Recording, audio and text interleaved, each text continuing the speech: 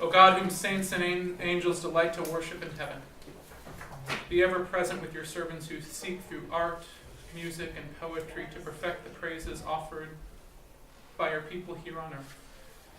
And grant to them even now glimpses of your beauty, and make them worthy at length to behold it unveiled forevermore. Through Jesus Christ our Lord. Amen. Poetry is one of those ways that we can, in the words of Isaiah that were quoted by Jesus, that we can perceive instead of just looking, and that we can listen instead of just hearing. It's a way of appreciating the reality of existence without seeking to explain it all the time.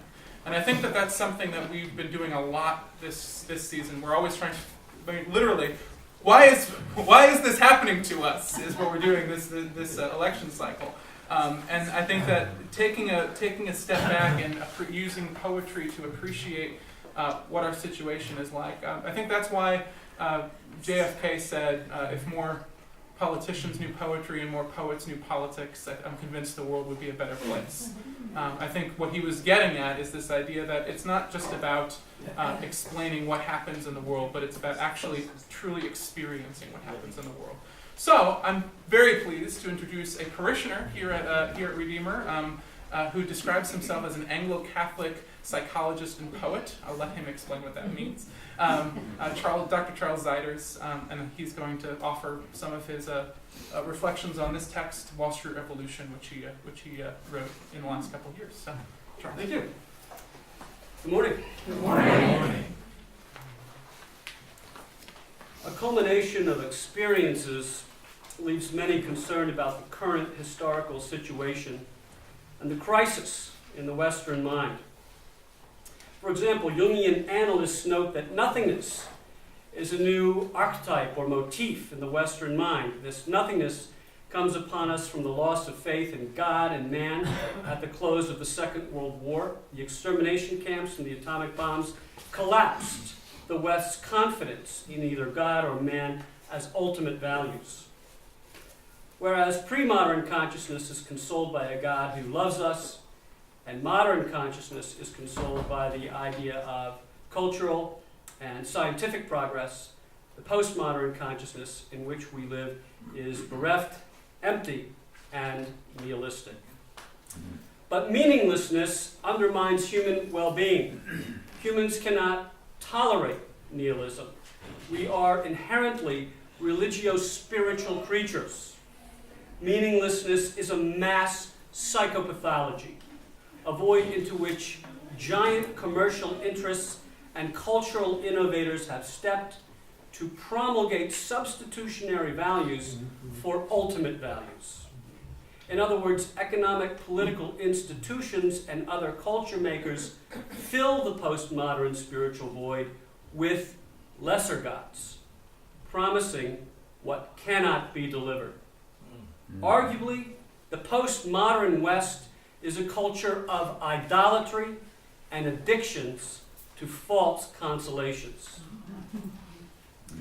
On the other hand, the Christian heart apprehends deeply that human nature has a depth and a spiritual ground, a ground that transcends the current moment of historical despair and mass developmental crisis. Drawing on analytical psychology's little-known tradition of using art to explicate the individual and the collective psyche, this presentation will draw on a collection of psychological, spiritually oriented poems to explicate a particular Christian interpretation of postmodernity's spiritual politics, its pathologies, and Christ-centered cures. On the eve of this strange presidential election, let me offer you my poetry as a lens through which to see our contemporary minds and politics. The title poem of my first volume of poetry is Wall Street Revolution. It involves a first-person account of a politically and economically powerful narrator who realizes that his success in life cannot prevent his death. Neither can political connections nor campaign donations Help him to buy his way out of divine judgment. On the verge of his death, he realizes what many of us will realize, that too much of our worldly success proceeds from our deals with the devil, and that political and economic acts we once thought virtuous actually injure Christ in his disguise as a poor and disenfranchised person. But we can take heart. As I read these verses, you will realize, along with the dying narrator, that the very Christ he inadvertently persecuted is the very Lord who dies to save his soul. Wall Street Revolution. Like principled men who justify pitiless policy with theories equating their wealth and power as the secular expression of the divine will, and justify those theories with words like freedom and safety, I am a stranger unto thee. It is morning, and I am dying. My conscience rests quietly upon the kitchen table. It is oxidizing. Next to it, the Wall Street Journal keeps company with a coffee cup. With this grave illness upon my body, a terrible trick of mind brings visions of Dr. Faustus transacting and French aristocrats offering Sun King bonuses to men like me. But I am a stranger unto thee. The pathologist informs me with appropriate warmth and pity that the experimental treatment will spare me a little, that I will recover my strength a little, and then decline and be seen no more. As I lose weight, the medicine metabolizes idiosyncratically, and I see and hear odd things.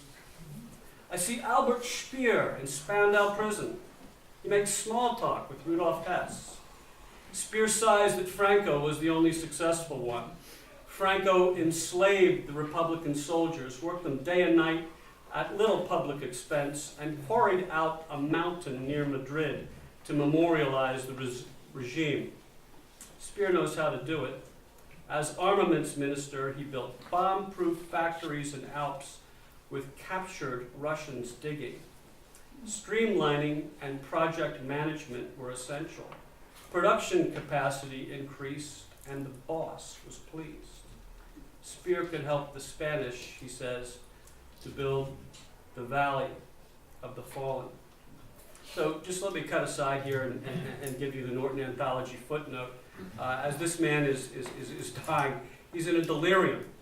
And the delirium is like a dream that holds up a mirror to his soul. And he sees his own Faustian bargains in these old Nazis of the last century.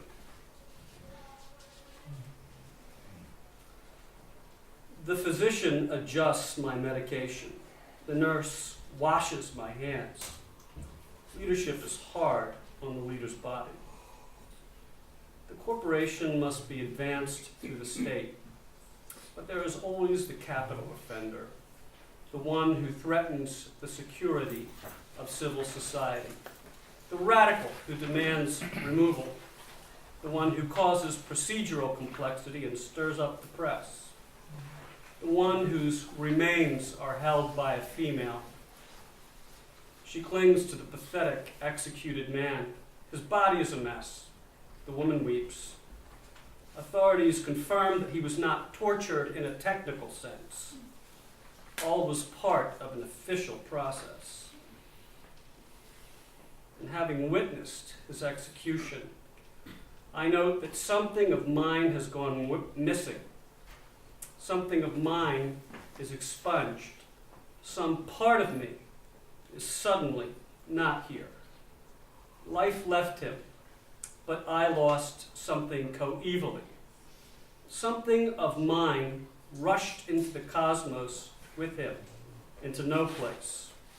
Dying as I am, but benefiting from this man's death, I think it odd that I should feel this welcome lightness and marvel that I am not damned.